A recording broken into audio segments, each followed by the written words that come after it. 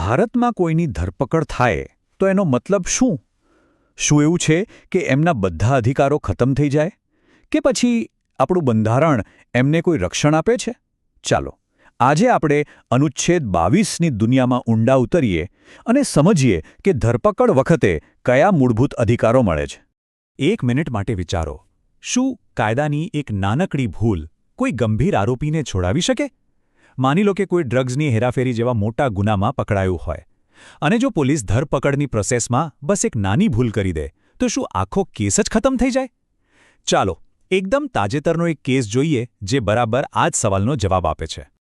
તો જુઓ, થયું એવું કે 2024માં બેંગલુરુ પોલીસે ડ્રગ્સના આરોપમાં 2 નાઇજીરિયન નાગરિકોની ધરપકડ કરી. હવે જ્યારે આ કેસ કોર્ટમાં પહોંચ્યો ત્યારે એકદમ ચોંકાવનારી વાત બહાર આવી. ખબર પડી કે પોલીસે ધરપકડની જે સાચી પ્રોસેસ હોય ને એને ફોલો જ નહોતી કરી. બસ આ એક ભૂલના આધારે કર્ણાટક હાઈકોર્ટે એમને ડ્રગ્સના આરોપમાંથી મુક્ત કરી દીધા. પણ વાર્તા અહીં પૂરી નથી થતી. જેવી એમને મુક્તિ મળી કે તરત જ વિઝાના નિયમો તોડવા બદલ એમની ફરીથી અટકાયત થઈ ગઈ. આ આખો કેસ સીધો જ આપણા બંધારણના એક ખૂબ જ મહત્વના અનુચ્છેદ સાથે જોડાયેલો છે. આ આખા કેસના કેન્દ્રમાં છે આપણા બંધારણનો અનુચ્છેદ 22. એને છે ને એક બંધારણીય ઢાલ જેવો સમજો. એક એવી ઢાલ જે રાજ્યની મોટી તાકાત અને એક સામાન્ય વ્યક્તિની આઝાદી વચ્ચે દિવાલ બનીને ઊભી રહે છે. અને આ જ ઢાલ ધરપકડ વખતે કોઈપણ વ્યક્તિને અમુક બહુ જ જરૂરી અધિકારો આપે છે. અને અહીંયા એક બહુ જ રસપ્રદ અને મહત્વની વાત સામે આવે છે. કર્ણાટક હાઈકોર્ટે એકદમ સાફ શબ્દોમાં કહ્યું કે અનુચ્છેદ 22ના જે અધિકારો છે ને એ ખાલી ભારતીય નાગરિકો માટે નથી, એ દરેક વ્યક્તિ માટે છે. પછી ભલે એ કોઈપણ દેશનો નાગરિક કેમ ન હોય. મતલબ કે જો કોઈ વ્યક્તિ ભારતની ધરતી પર છે તો એને આ બંધારણીય સુરક્ષા મળશે જ. તો સવાલ એ છે કે આ ઢાલ કયા અધિકારો આપે છે? મુખ્યત્વે 3. પહેલો, તમારી ધરપકડ કેમ થઈ રહી છે એ જાણવાનો અધિકાર. બીજો, તમારી પસંદગીના વકીલ સાથે વાત કરવાનો અને સલાહ લેવાનો અધિકાર. અને ત્રીજો, જે ખૂબ જ અગત્યનો છે, પોલીસ કોઈને પણ 24 કલાકથી વધારે સમય માટે મેજિસ્ટ્રેટ સામે રજૂ કર્યા વગર પોતાની કસ્ટડીમાં રાખી શકે નહીં. પણ શું આ 3 અધિકારો દરેક પ્રકારની ધરપકડમાં લાગુ પડે છે? તો જવાબ છે ના. કાયદો છે ને 2 અલગ અલગ પ્રકારની અટકાયતને ઓળખે છે. અને આ બંને વચ્ચેનો ફરક સમજવો બહુ જ જરૂરી છે. કારણ કે એના પર જ તમારા અધિકારોનો આધાર રહેલો છે. પહેલી છે દંડાત્મક અટકાયત.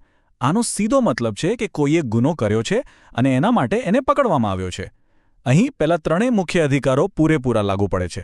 પણ બીજો પ્રકાર છે નિવારક અટકાયત. અહીં કોઈને ગુનો કરતા અટકાવવા માટે પકડવામાં આવે છે, ભલે એણે હજી સુધી કંઈ કર્યું ન હોય.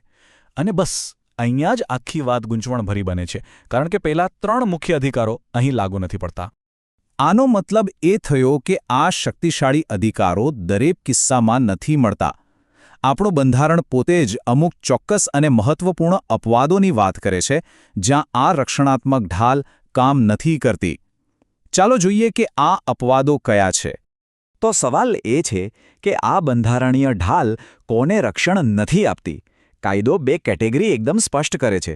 પહેલી, દુશ્મન દેશના નાગરિકો, એટલે કે એવા દેશના નાગરિકો જેમની સાથે ભારત યુદ્ધ કરી રહ્યું હોય.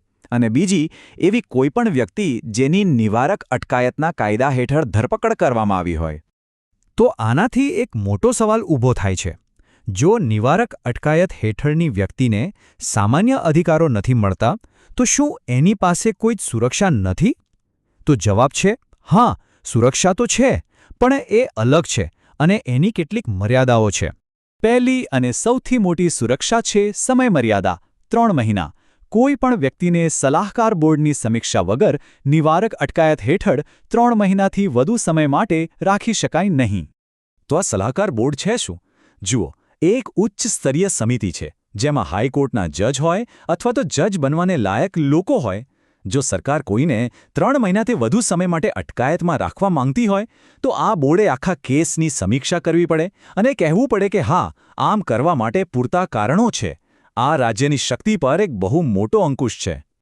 ચાલો હવે આપણે જે પણ કાયદાકીય બાબતો સમજી એને આપણા પેલા મૂળ કેસ પર લાગુ કરીએ. આ કેસ ખરેખર બતાવે છે કે કોર્ટ કઈ રીતે વ્યક્તિની સ્વતંત્રતા અને દેશની સુરક્ષા આ બંને વચ્ચે એક નાજુક સંતુલન જાળવવાનો પ્રયત્ન કરે છે. કોર્ટે એના ચુકાદામાં એક બહુ જ દમદાર વાત કહી. અનુચ્છેદ 22 હેઠળનું રક્ષણ નાગરિક કેન્દ્રિત નથી. આનો સીધો સાદો મતલબ એ છે કે આ જે પ્રોસેસના અધિકારો છે એ બધા માટે છે. કોઈ ક્યાંથી આવ્યો છે એનાથી કોઈ ફરક નથી પડતો. જો ભારતમાં કોઈની ધરપકડ થાય છે તો બંધારણીય પ્રક્રિયાનું પાલન કરવું જ પડશે. તો આ કેસમાં મૂળ ભૂલ ક્યાં થઈ? પોલીસે બંધારણ દ્વારા આપવામાં આવેલો પહેલો અને સૌથી મૂળભૂત અધિકાર જ ચૂકી ગઈ.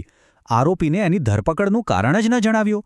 આ કોઈ નાની ટેકનિકલ ભૂલ નહોતી. આ તો સીધું એક મૂળભૂત અધિકારનું ઉલ્લંઘન હતું.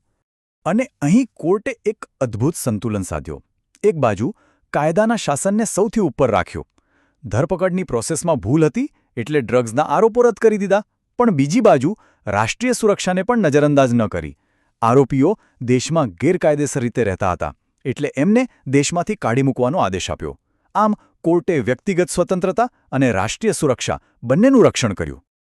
આ આખો કિસ્સો આપણને એક ઊંડા સવાલ સાથે છોડી જાય છે. જુઓ, નિવારક અટકાયત કદાચ રાષ્ટ્રીય સુરક્ષા માટે જરૂરી હોઈ શકે, પણ એ રાજ્યને ખૂબ જ મોટી શક્તિ પણ આપે છે. તો પછી રાજ્યની શક્તિ અને વ્યક્તિની સ્વતંત્રતા વચ્ચેનું આ નાજુક સંતુલન આપણે કેવી રીતે જાળવી શકીએ? આ એવો સવાલ છે જેના પર વિચાર કરવો ખરેખર જરૂરી છે.